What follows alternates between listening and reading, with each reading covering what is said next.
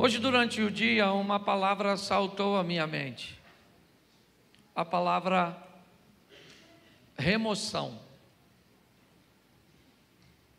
O ato de, ou o efeito de remover, de tirar, de mudar de lugar. Não necessariamente de destruir, de eliminar, mas simplesmente de mudar de lugar. Hoje nós temos ouvido muito a palavra ressignificar, dar um significado novo àquilo que te aconteceu. Alguns chegam a dizer que nosso ministério está diretamente condicionado às nossas dores. Na maioria das vezes é na dor.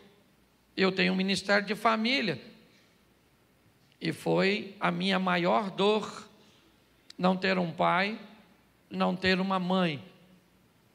Dá um significado novo para isso, conseguir obter êxito na hora de remover algumas coisas. Mas a história que veio à minha mente foi a história da arca, da aliança. E como num período as pessoas tiveram tanta dificuldade para removê-la, para mudar essa arca de lugar. E eu quero mostrar algumas coisas que tocaram o meu coração de uma forma profunda e eu acho que dá uma bela aplicação para essa noite. Primeiro livro do profeta Samuel, capítulo de número 2, verso 12. Eu queria que você, vai ser uma palavra pequenininha. Eram, porém, os filhos de Eli, filhos de Belial, e não conheciam ao Senhor. Porquanto o costume daqueles sacerdotes com o povo era que, oferecendo alguém algum sacrifício, vinha o moço do sacerdote, estando se cozendo a carne com um garfo de 3 dentes em sua mão, dava com ele na caldeira ou na panela ou no caldeirão ou na marmita, e tudo quanto o garfo tirava, o sacerdote tomava para si. E assim faziam a todo Israel que ia ali a Siló. Também, antes de queimarem a gordura, vinha o moço do sacerdote e dizia ao homem que sacrificava: dá essa carne para assar ao sacerdote, porque não tomará de ti a carne cozida, senão crua. Dizendo-lhe o homem: queime primeiro a gordura de hoje, e depois toma para ti quanto desejar a tua alma. Então ele lhe dizia: não, agora a hás de dar, e se não, por força a tomarei. Feche os seus olhos. Senhor nosso Deus e Pai, em nome de Jesus, eis aqui a tua palavra. Continua falando conosco e usa-me como um canal de bênção, pelo poder do nome de Jesus. Você pode dizer amém? Amém. Preste atenção. O texto narra um momento onde as pessoas estão indo oferecer sacrifícios ao Senhor. E 2 sacerdotes, Ofni e Finéias, os filhos de Eli, exercem um nível de autoridade tão grande que aqueles indivíduos que estão sacrificando precisam se submeter a esses 2 rapazes. E qual era o problema desses rapazes? A quebra de princípios. Eles estão querendo provar e ter coisas que Deus não autoriza. Pelo menos que seja feito antes dele.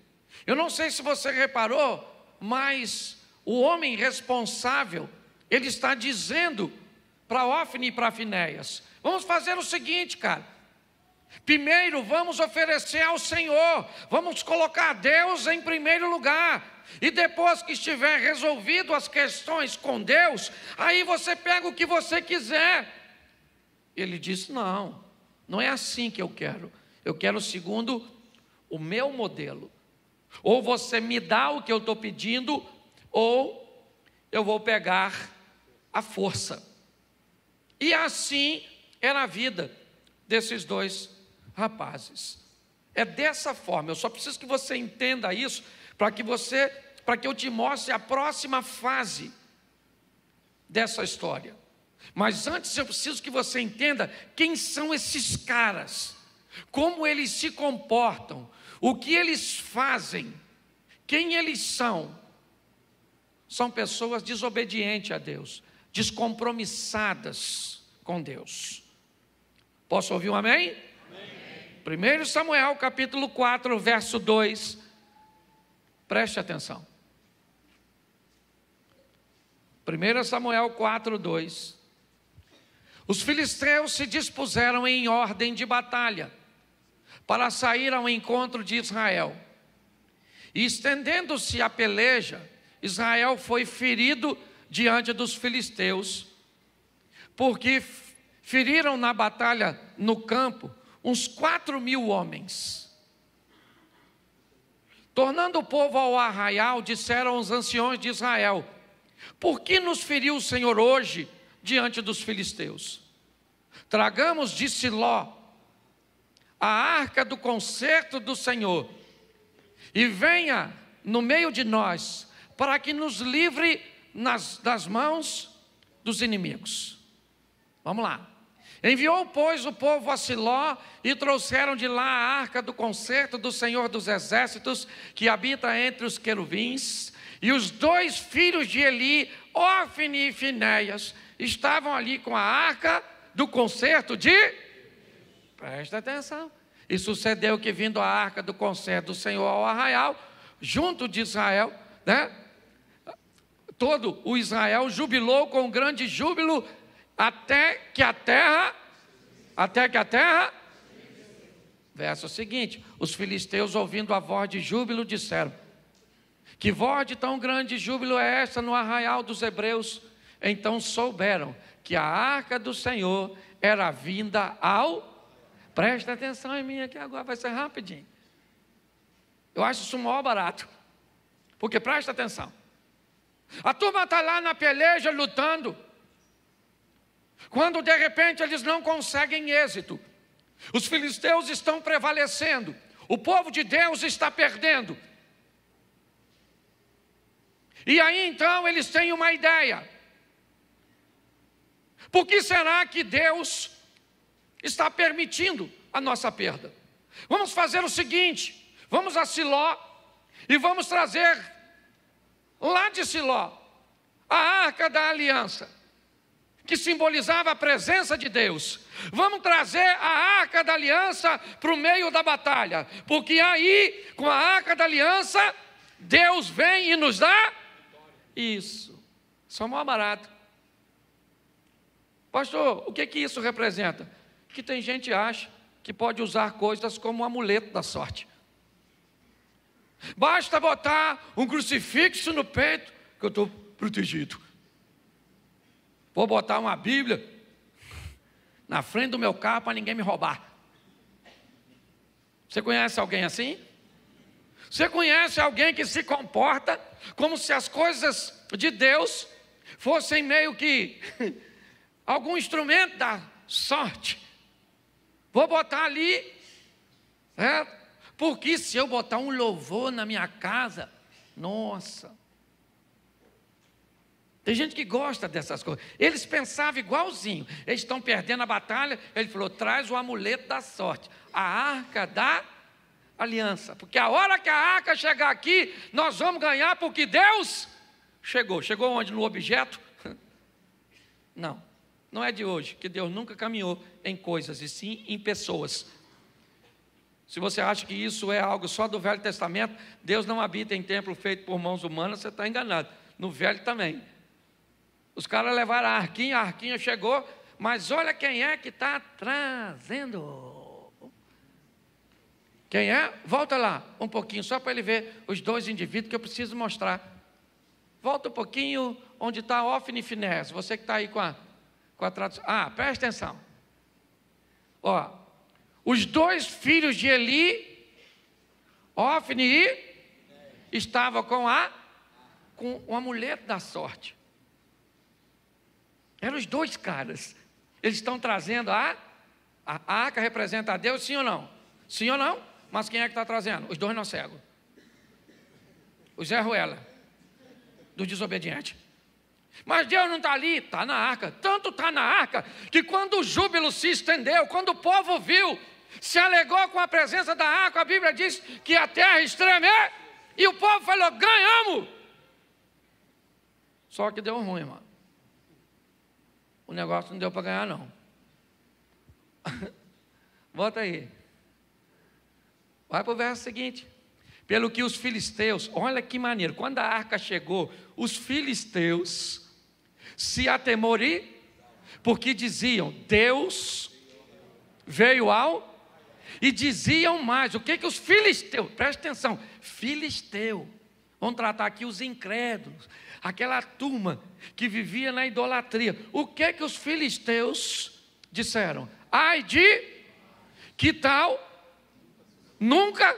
eles nunca tinham visto aquilo, a terra estremecendo, era um negócio amedrontador, mas olha o que os filisteus disseram, ai de nós, quem nos livrará da mão desses grandiosos deuses?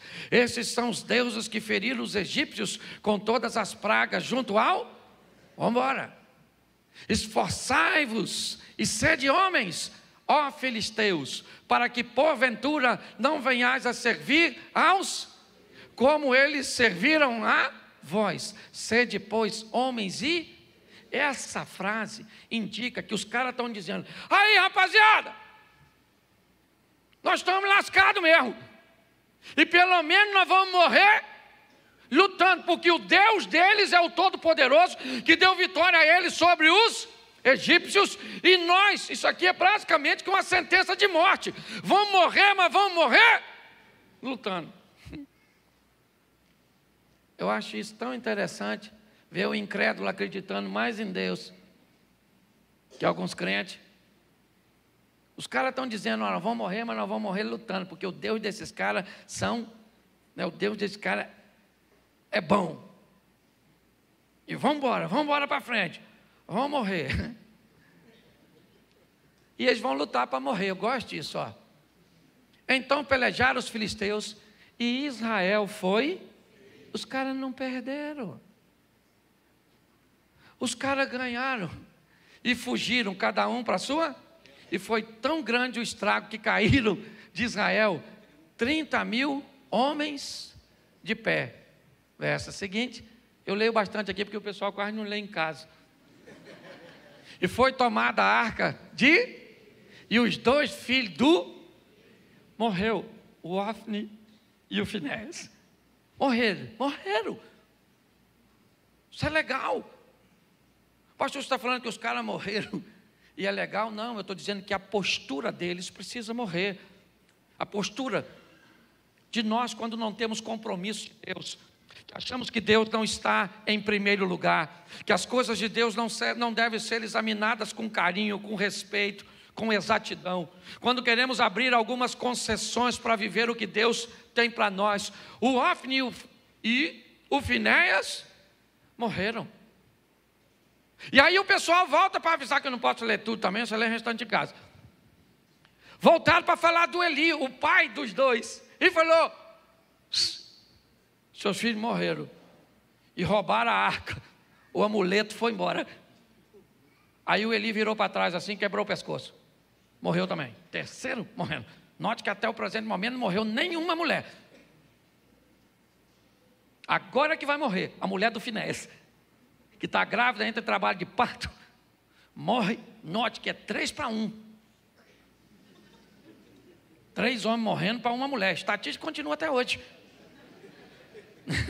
Eu fui esse dia num trabalho de terceira idade, tinha 40 viúvas e 3 viúvos. Eu voltei para casa doido, falando, aqui em casa você morre primeiro. Olhe para mim, preste atenção aqui.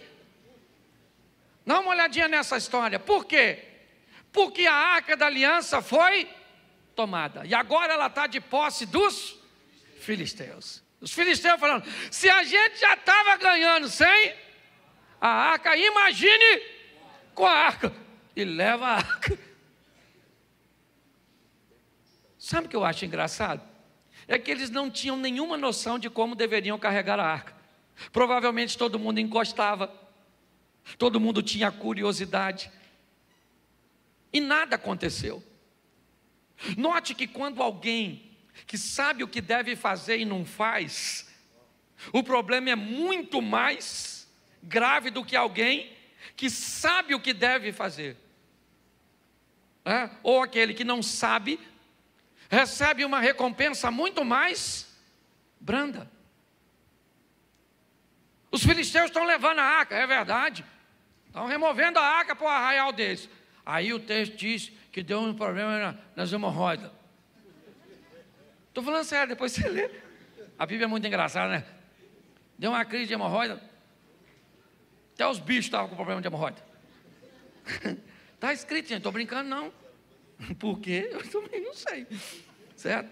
Eu sei que eles estão se lascando com a arca da aliança. E ao invés de dar sorte, está dando azar. Mas por quê, pastor? Porque com Deus não se lida assim. Não é uma peça, não é uma Bíblia. Não é uma coisa, é um coração. Deus não rejeita um coração contrito e quebrando isso. Os filisteus ficam doidos, manda a arca para ali, manda para lá, manda para cá. Onde a tal da arca vai, a arca dá problema. Aí o texto diz, quero mostrar para você. E eu fiquei maravilhado olhando isso hoje. Deixa eu pegar aqui um texto.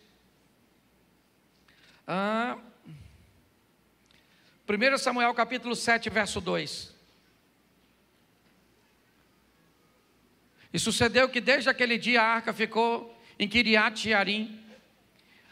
E tantos dias se passaram que chegaram a 20 anos. E lamentava toda a casa de Israel após isso. A arca está lá. Quem está tomando conta da arca agora é Abinadab. E seus filhos Uzá e Aiô. Eles que estão tomando conta da arca não tem problema nenhum. Ninguém está morrendo, não tem problema. Não tem. A arca está lá. E não há nenhuma problemática. Porém, o capítulo 6 de 2 Samuel, 2 Samuel capítulo 3, ou capítulo 6, verso 1, coloca para mim. E tornou Davi a juntar todos os escolhidos de Israel, em número de 30.000. Levantou-se Davi e partiu com todo o povo, e tinha consigo Abalá de Judá, para levar dali para cima a arca de Deus, sobre a qual invoca o nome do Senhor dos Exércitos, que se assenta entre os querubins. E puseram a arca de Deus num carro novo, e a levaram da casa de Abinadab, que está em Geba. E Uzá e Aiô, filhos de Abinadab, guiavam o carro. Eu gosto dessa estrutura. Davi prepara um ambiente extraordinário para que a arca fosse removida. Ele tem um intuito, levar a arca para Jerusalém. Esse é o propósito. Sabia tudo aquilo que tinha acontecido, a morte dos sacerdotes, toda a situação desagradável, os problemas que deram para os filisteus, e em outros lugares por onde a arca passou.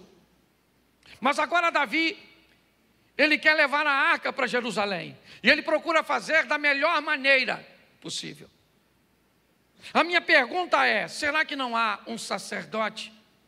Será que não há ninguém que seja capaz de dizer, Davi, como é que se remove a arca? Como é que ela deveria ser conduzida? Como é que as coisas deveriam suceder?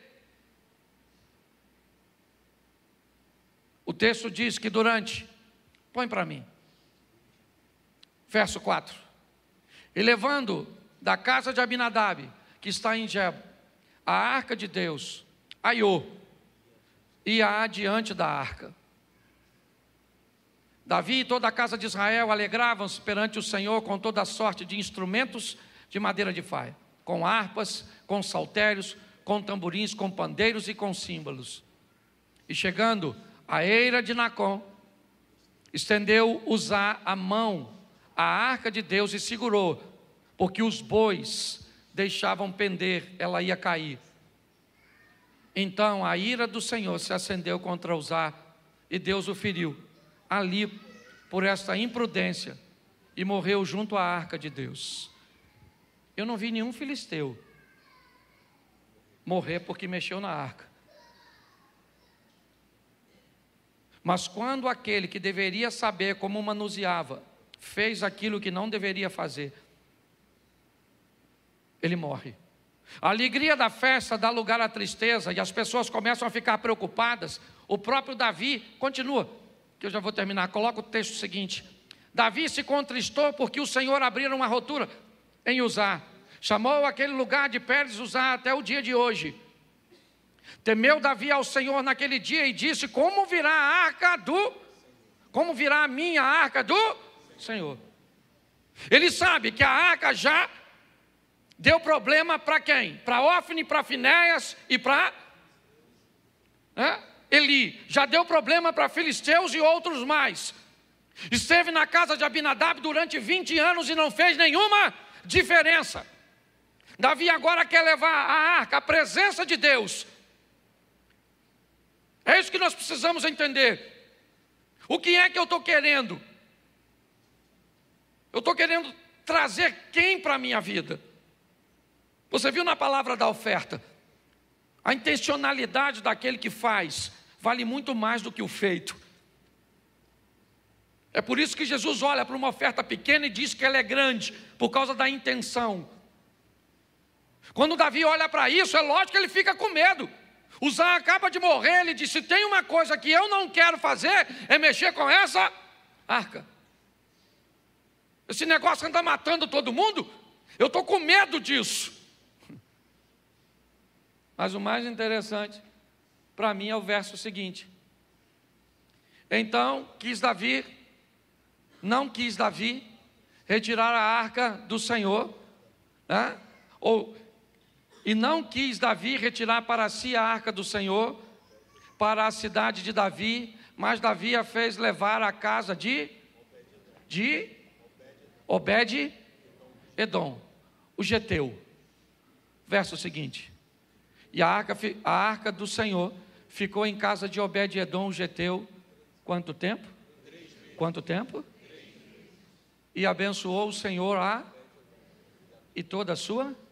Aí, meu irmão, eu fui caçar quem é esse cara, porque não faz sentido. Uma arca que mata sacerdote, dá problema para filisteu, mata o outro que está querendo até de certa forma proteger, ajudar. Porque me parece que com Deus fim não justifica o meio. Sabe quem é Obed-edom? Ninguém. Eu procurei o cara, depois se você soubesse, me avisa. Ele é um geteu, não fala nada dele. Ele não é profeta, ele não é sacerdote, ele não é ninguém. Ele não é ninguém famoso, ele não é ninguém relevante, ele não é ninguém poderoso, ele não é ninguém que tem um pedigree, alguma coisa que justifique que a casa desse cara prospere. Porque está todo mundo olhando para a casa dele esperando que aconteça o quê? Morte. Está todo mundo olhando para a casa do Obed-edom. E quem ele é? Ele é um cara comum, que resolveu servir a Deus. Pare para pensar. Quando eu olho para a vida desse cara, em 3 meses, as pessoas estão olhando para Obed-edom e estão dizendo: meu irmão, tem alguma coisa acontecendo na vida desse indivíduo. E o que ele estava fazendo, gente? Sendo crente. Só isso. Era só isso. Era aquilo que todos deveriam estar fazendo, colocando a sua vida no altar, porque eu não vejo nada. Se você vê, por favor, depois me procure e diz: pastor, eu quero falar para o senhor, porque ele tinha assim algo que o fazia merecer. Eu não achei. Tinha alguns até que defendem que ele é de Gate, que ele é filisteu, esse cara. Mas quem ele é? Ele é alguém anônimo como você, porque aqui menos de 1% consegue subir para fazer alguma coisa. Mas colocar alguém aqui em cima com esse microfone na mão, cantando, tocando e pregando, não torna ninguém aqui em cima melhor ou mais importante do que quem está aí embaixo. A grande verdade é essa. Porque a única história que me vem à mente é que esse camarada, durante 3 meses, as pessoas viram nitidamente que a arca que matava os outros, entre aspas, fazia esse camarada prosperar. Verso seguinte. Então avisaram a Davi dizendo: abençoou-o a casa de Obed e tudo quanto por amor. Por amor? O cara foi abençoado porque amava o que sacerdote não amava, porque cuidava daquilo que outros deveriam ter o mesmo zelo e não tinha. Às vezes nós focamos nos grandes heróis e não tem problema nenhum, mas o que a Bíblia está me mostrando é um mero desconhecido, Obed-Edom.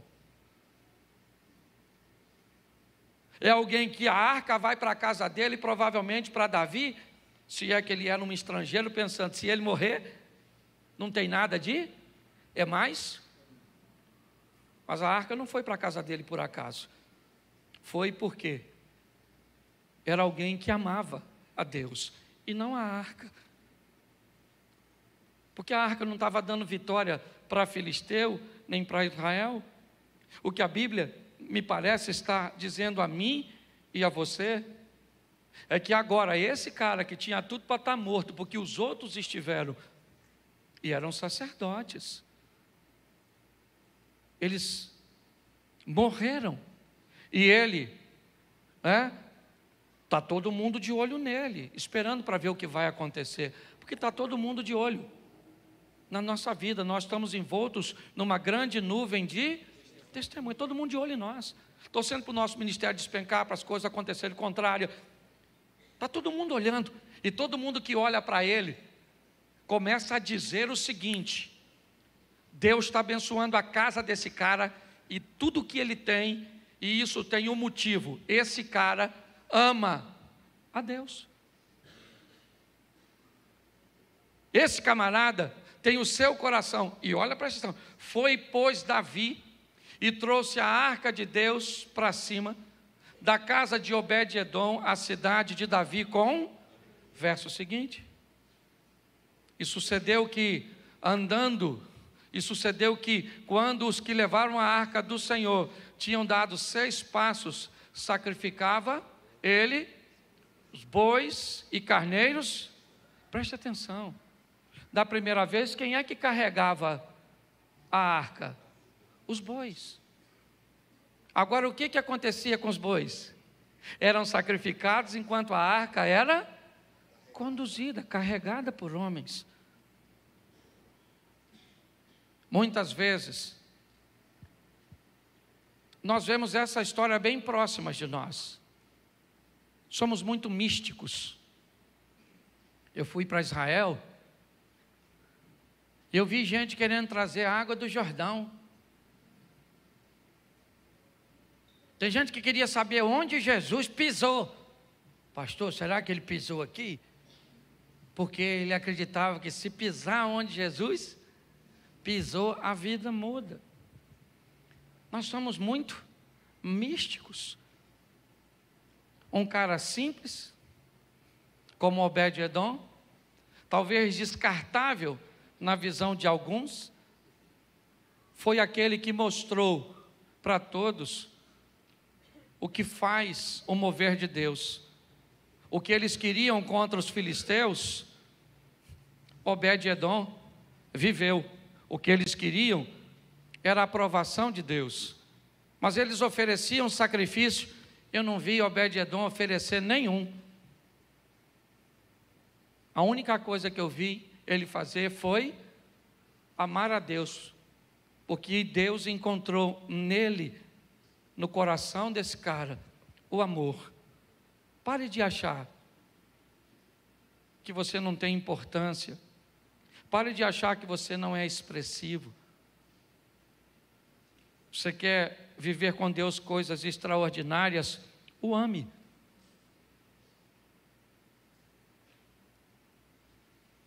Cuide das coisas do Senhor, com amor, com carinho. Pastor, e qual é a coisa que Deus mais ama e que eu devo cuidar? Você.